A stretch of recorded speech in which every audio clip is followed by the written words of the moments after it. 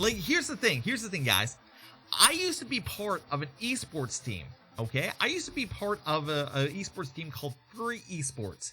And even when I was part of the esports team and training, all that kind of stuff, I didn't drink coffee. You know what? I'm going to tell you guys the story about how Furry-E Esports died, basically. There was, like, you guys might not know this, but the furry fandom used to have an esports team. And it fucking died. I'm going to tell you guys the story about that team. You guys want to hear the story about that team? Yeah. There was a team called Furry-E Esports. Yeah.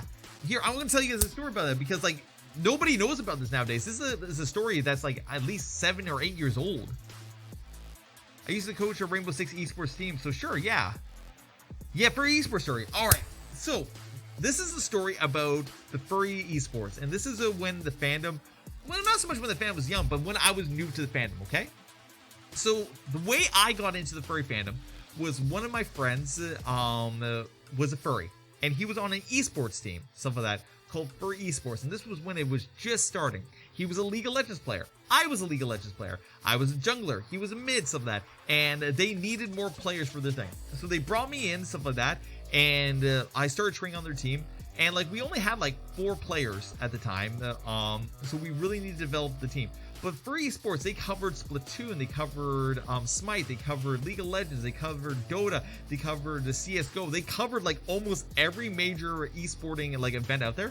And they used to set up tournaments, they used to go to tournaments. I used to compete in tournaments for League of Legends, stuff like that, under the banner Furry-E Esports, okay? And they would pay for the tournament entry fee and all that kind of stuff. But long story short, when I got in there, this is actually how I really became part of the furry fandom, because they were talking about, like, man, we just can't seem to find players and all this kind of stuff. And I was just like, oh, hi, I'm good at, like, talking to people. Do you want me to get, like, new recruits? And they're like, do it. So I actually became the head recruiter for Furry-E Esports. I used to go onto Reddit forums. I used to go into, like, a game forums and stuff like that. I used to talk to furries and find furries all across the internet to bring them to this esports team and make them a part of our team. So this is where I met Wild, my head mod. This is where I met Sparky. This is where I met some of my best friends in the furry fandom. To this day, I met them on this esports team, right? So fast forward to like our first tournament, stuff like that.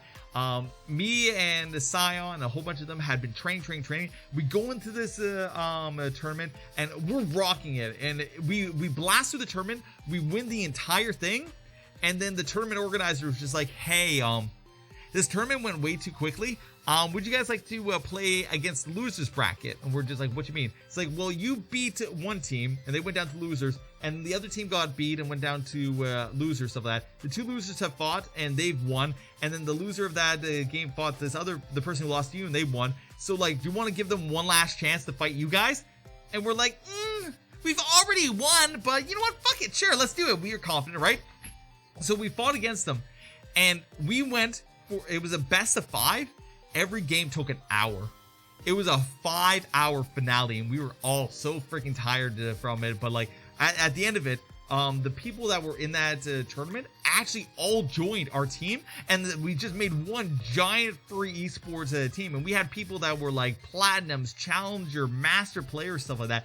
Like, we had ourselves a really good team, and the league team was like popping off, and we were starting to get to, like, we were starting talking to sponsors and all this kind of stuff to, like, really support our team, and it was going great, right? All of a sudden, one of our mods got banned, okay? I don't remember the exact details around why they got banned, but essentially they were doing some, like, not great stuff, so they banned them, okay? And then this other boy got promoted into their place, okay? And this person that got promoted, they were generally young. I would say they were only in, like, their 18s, 19s. So they were young fur, lots of energy, lots of spunk. They wanted to do a good job. Their name was Cyrus Otter, stuff like that. Or Sirius, I can't remember how he pronounced it. But this guy was full of spunk, full of energy, and very, very horny. Very, very horny. But, like, that's besides the point, stuff like that. And the head mod, the one who owned the team, their name was Lynn. Okay? They were a cat. They were also a grill, stuff like that. That was their whole thing. So, fast forward about a month later, and a con goes off. And Wild will have to try to remind me what con it was. I think it might have been BLFC. It might have been Anthrocon. It was a big con, okay? Like MFF, Anthrocon. It was a big con, right? And all of a sudden, that ex-mod sends Cyrus a DM. And he's just like, hey, by the way, one of your other mods, this person, has been caught doing pedophilic shit and grooming to another person at this con. Boom. I'm giving you guys a 24-hour heads up before this goes public. And this happened on like a Thursday. Okay? Okay? And all of a sudden, I'm part of like the mod channel, stuff like that, right? All of a sudden, Cyrus gets out of the thing. He DMs Lynn about it. And Lynn does not know how to handle this. Lynn was just like, burn it all! Shut it down! Destroy it all! And they literally put out a message. Like, hey, by the way, we are going to like literally nuke this entire server and team, stuff like that, within the next like 2 hours. Good luck, everyone. And my DMs start getting filled up, like what's going on, because I was at work, before I even have a chance to get on to see what's happening, Discord server was nuked. Team page was nuked. Literally everything was nuked and torn down and destroyed before anything was like said, or anybody could have any idea what's going on, right? And then I get to hear that the person who DM'd Cyrus, that old ex-mod, was literally trolling them, and they deleted and destroyed everything for nothing. They overreacted thinking it was real, and it was nothing. It didn't happen. They nuked everything, and there was nothing. And I had hundreds. Because I was the person who recruited all these people onto this team. I had hundreds of DMs being like, what the fuck? Where'd the server go? Where can I talk to all my friends? What's going on? Stuff like that, right? In my DMs, because I was the one that they had a direct DM with before they came on into the team, right? And it just filled up my things. I'm just like, I don't know. It was at that point, because that was my first experience with Furry, right? That I was done.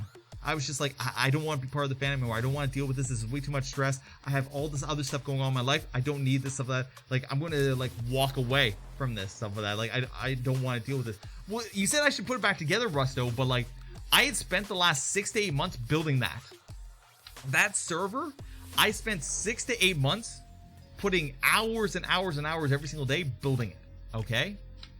And they killed it like that. They killed it in a moment. Without consulting me, without consulting any of the mods, they destroyed it. And I was so done. Like, I was burnt out from that. Like, the second that happened, I was burnt out. I'm like, okay, I don't want to deal with Furry anymore. This is way too much drama. I don't want to deal with Furry anymore. I've never gone to a con. I've never done this. I don't want to deal with Furry anymore, right? And then a wonderful boy named Sparky, who's one of my best friends to this day, reached out to me and just like, hey, Jik, so like, I think you're really cool, and a couple of us were talking. It's like, do you and your fiance want to like join us in our like in our small little Discord server? You don't want to have to do anything. It's just like, it's a small thing for fun, but would you like to come with us? And I sighed. I'm like, you know what? Sure. And I've been in that Discord server to this day, and it's the thing that kept me in furry fandom. And without that person, I would have left. But yeah, that's the story about how Furry Esports imploded on itself. Literally some asshole that had a grudge DM'd some young boy being just like, by the way, pedophilic allegations are coming your way, get fucked. And they nuked the whole thing. So that's why I say, like, never believe what you hear on Twitter and stuff like that. Like, if somebody goes off being like, oh my god, this person did this, just wait a second, see if it's true, then you can move. Yo, Dark Wizzy, welcome on in. Bro, how much does a suit like that run you? About 6,000. About 6,000.